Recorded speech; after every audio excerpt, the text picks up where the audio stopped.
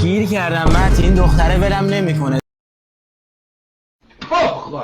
زیادی خوبه. ایسا داداش چطوری؟ دلمو زده. بابا یعنی چی دلمو زده؟ اینا تو روبیکا هم قفله. خب یزی حتما یکی باید بشه 24 باید خیانت کنه. چه تعلی؟ اصلا باید به این بازیگر اسکار بدی، چون انقدر با دست خوب بازی میکنه. من اصلا یه لحظه فکرم برد پیته. بی ناموس دلغه. خوشت میاد تو بیا باش اوکی شو. همون وسط تو یه حالی کنی همه از شرش خلاص شن.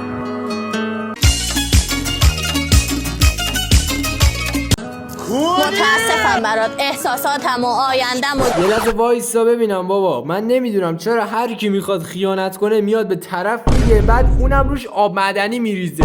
زندگیمو پای تو گذاشتم، به نازنین خواهی هم کس با رفیق بازیت ساختم.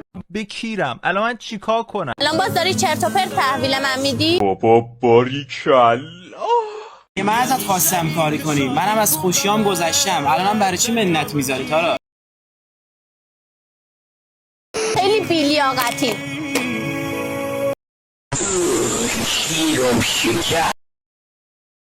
اگه خوشت اومد حتما ویدیو لایک کن، چنلم سابسکرایب کن. دمت گرم.